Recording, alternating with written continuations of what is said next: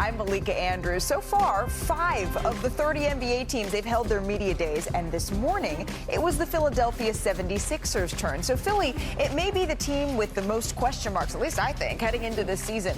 Last year at this time, they had the second best odds to win the East, right behind the Boston Celtics. But things, of course, came crashing down, unfortunately, quickly here. Joel Embiid, Tyrese Maxey, Paul George, Jared McCain, they combined to miss 188 games last season. Remember, both Embiid and McCain, they dealt with those knee injuries. Paul George, he had a wide variety of injuries, but the latest was an adductor issue. And then Tyrese Maxey, he missed most of March with that back injury. This morning, we heard from Joel Embiid for the first time since his April knee surgery. Take a listen. Feel pretty good. I think we've made a lot of progress over the last couple months. We got a plan in place, trying to check all the boxes. So everybody that knows me knows that I want to play. I've been pretty unlucky when it comes to that.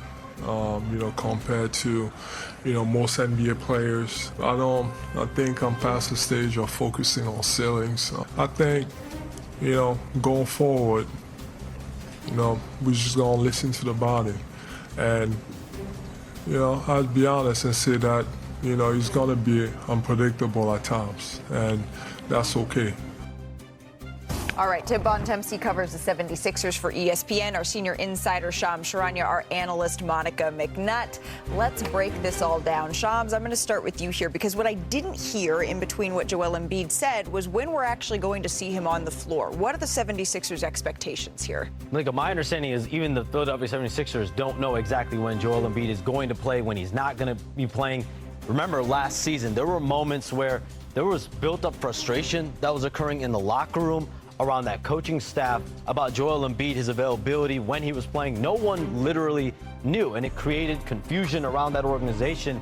The reality is his knee issues have been debilitating, and he's essentially going to have to master learning how to play through issues, pain thresholds any given day, and a lot of it, like he said, the unknown of the reality that he will be feeling different ways after a day of workouts, and one day of workout might be different than another day, and that might lead him to potentially miss time. Yeah. And they just don't know quite yet. They have their first day of training camp practice tomorrow. Let's see how much, if at all, Joel Embiid participates. Monica, I don't want to be the home of all things bummer to start the show, but I don't love the sound of that. No, and immediately my thought after that statement, Shams, is okay, regular season is one thing. The cadence of a postseason potentially is an entirely different beast, even if this team is to get to that point. I know that's a big leap, but yeah, you would take whatever you can get because we know how dominant Joel Embiid can be when he is healthy, but you can't skirt the nature of an actual postseason format and the turnaround there. Well, forget the postseason. Let's just go back to what Joel said there, right? That he's uncertain about how he's going to feel from day to day, and that he and the team are okay with that, and they're going to have to live with that. And to Shams' point, that's been the problem for the Sixers now for going on a decade, right? Like Joel Embiid has, for as incredible a talent as he is, he's obviously missed a ton of time with injuries, and it makes it very hard to plan as an organization, to know what your team is going to do.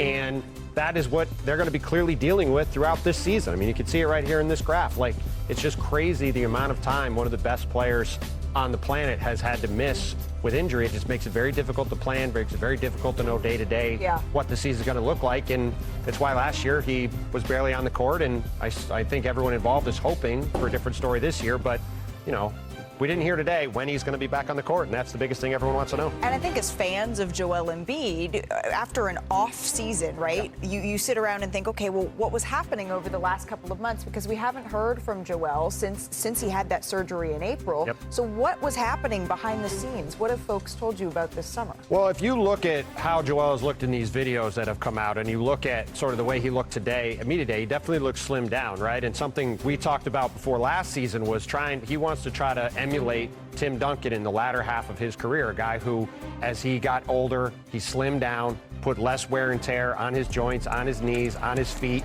to be able to try to stay out on the court and be as healthy as possible. But I think, as you heard in that clip too, like, this is now going on the better part of 15 months where Embiid and the Sixers have been trying to figure out how to get him on the court consistently with these ongoing knee issues. And I think if you're a Philly fan, the concerning thing about today, while it's good to hear Joel say he's doing some things on the court, there's obviously been the videos of him doing some stuff, it still doesn't seem like they've got that entirely sorted out. And I think just as basketball fans, us all hoping to see him on the court, I think it's definitely concerning that we're sitting here at the start of another training camp with no clear roadmap to when Joel Embiid is going to play. Listen, I, for one, would take Joel Embiid for 40 games if that's what you can give me, right? But I do think, as we all have consumed ball, and we go into media days, and one of the topics that is effervescent, if you will, is the chemistry around the team. Yeah. And it does mess with the cadence and the consistency and the spacing and the whole bit. So this is a thing to be figured out on a number of levels. I just remember the game in Miami where they had that players-only meeting. That whole day, Joel Embiid, no one around the entire team saw him, heard from him at all day. Yeah. Then he shows up for warm-ups, plays in that game. The game didn't go well. Tim might have been there. And then they have that players-only meeting, and then their season went the way it went. Yeah, he's under contract to the 28-29 season, so there's something that's going to have to be figured out here. But to your point about chemistry, this was a team, Monica, as you know, that was built to be able to withstand some version of Joel Embiid needing to manage his body and miss time. It's not just Joel Embiid that missed a huge chunk of the season last year. It's so many other players. And, of course, Embiid was the headline. But another one I was looking forward to hearing from today was Paul George, because we didn't see him as much as we expected to, or as much as he expected to be out here last season. Here's what he had to say. From a motivational standpoint, can't get no worse than last year, right? Like, that was a rock bottom kind of season. I think it was a disappointment. To be honest, there was a lot of piss offedness in my summer this year, and I think you guys all understand why it was not what we wanted. We need a standard. Like, this is who we are every single day, no matter who plays, no matter who doesn't play. When you see Philadelphia 76ers, this is what you see. You're going to see that team every single night. I walk around Center City every day. I see the excitement of the Eagles. I see the Phillies playoffs. This offseason was about working every day to get ourselves back to being in those conversations. Yeah, Philly fans, this is what they want to see. They ride for their city. So, Monica, is there a version? You have covered the New York Knicks closely. No. Is there a version of this team that could be at the top of the Girl. East? Listen, I'm never going to say never, because things happen in sports, right? And again, when you look at this roster, and I love Tyrese Maxey, I love what he said. If they do develop a standard, right, even if it is a bunch of, let me go figure out who that person is and what school they went to, but playing hard, and they can be consistent, I'm not going to completely rule it out, right? Yeah. I'm not going to completely rule it out. But right now, I think with the uncertainty around such a key piece in Joel Embiid, this is a uphill battle for sure. Well, the question is there a world where this could happen, right? Yes, there is a world where this could happen. If Joel Embiid is healthy, if Paul George is healthy, if Tyrese Maxey is healthy, when, as you said, Monica, this team gets to the playoffs,